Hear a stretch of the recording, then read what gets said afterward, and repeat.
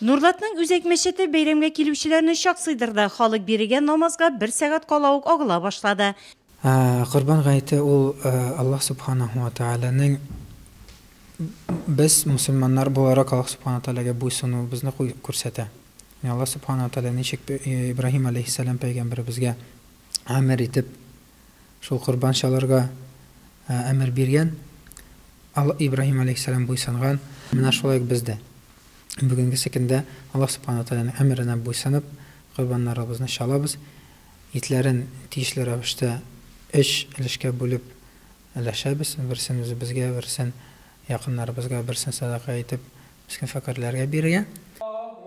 Иртәнге намаз укылып дуга кылынгач, бәйрәм вәгазы дәвам итте. Гыйбадәт кылучылар йөзендә илаһи нур, сабырлык.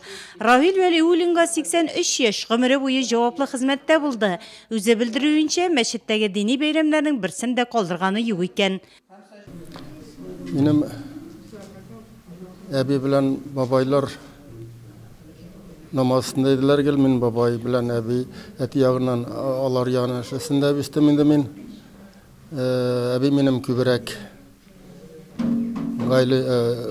галимә иде. Вот аның янында әкрен генә бисмилләһир-рахманир-рахим. Аннан инде тора бара тотындым мәчеткә йөрергә. Рәнергә тотындым. Иң беренче Заһид бабайдан рәндем. Ул 5 вакыт намазда дини белемне үзлектән үзләштергән. Гыйлемен арттыру өчен еш кына дини әсбапларга мөрәҗәгать итә икән. Ел сайын диярлек корбан чала, аның йолаларын үти. Туган авылы Кәкере атауда мәрхүмнәр каберләрен зиярат кыла. Мөселманнар өчен корбан гаете, ураза гаете да корбан гаете иң олы бәйрәмнәрнең берсеннән санала. Бүген менә бәйрәм туганнарга, барып туганнарга садака бирә кирәк. Алла бирсә, бәлки төштән соңрак корбан шалып, аларны битәл таратырга кирәк. Корбан бәйрәме Аллаһы безгә насыйп иткән зур гыйбадәт. Раббыбыз биргән сонсыз нигъмәтләр өчен рәхмәтебезне белдереп, буйсынуыбызны күрсәтү. Гает намазын җәмәгать белән район һәм шәһәр башлыгы Равил Кузеров та укыды. Гаппас ага Гарифуллинны бу айрыша сөендерде. Мәчеттә яшьләрнең күп булуына ихлас шатлыгын белдереп, тормышка шөкранә кылырга ашыкты ул.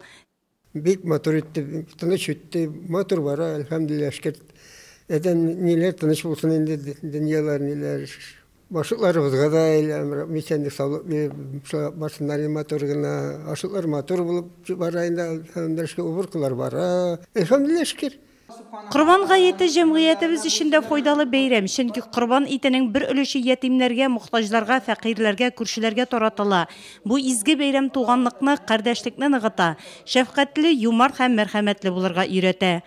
Аллаһ субханаһу ва тааляның бәрәкәтләре булса иде, Аллаһ субханаһу ва тааля безнең халкыбызга, безнең нурлат халкыбызга, район халкыбызга үз бәрәкәтләре индерсә иде, корбаннарын кабул итсә иде. Bütün günahlardan yirak bulurga nasip eylese idi. Bütün izge kılgan gamellerin Allah subhanahu wa ta'ala jingil etse idi. Yani bu izge gameller Allah için, bizning için jingil bulsunlar. Hem Allah subhanahu wa ta'ala bizge ağırlıkların kürsətmesin. Allah subhanahu wa ta'ala bizge bereketlerini indirsin. Бәйрәм мәчеттә мөселманнарның гаиләләренә күчә. Ул 3 көн дәвам итәчәк. Корбан чалыначак, бәйрәм табыннары кырылачак, туган тумаша очрашып, гамле әңгәмәләр корачак.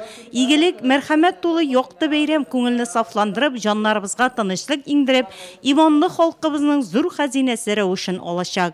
Бәйрәм мөбарәк булсын.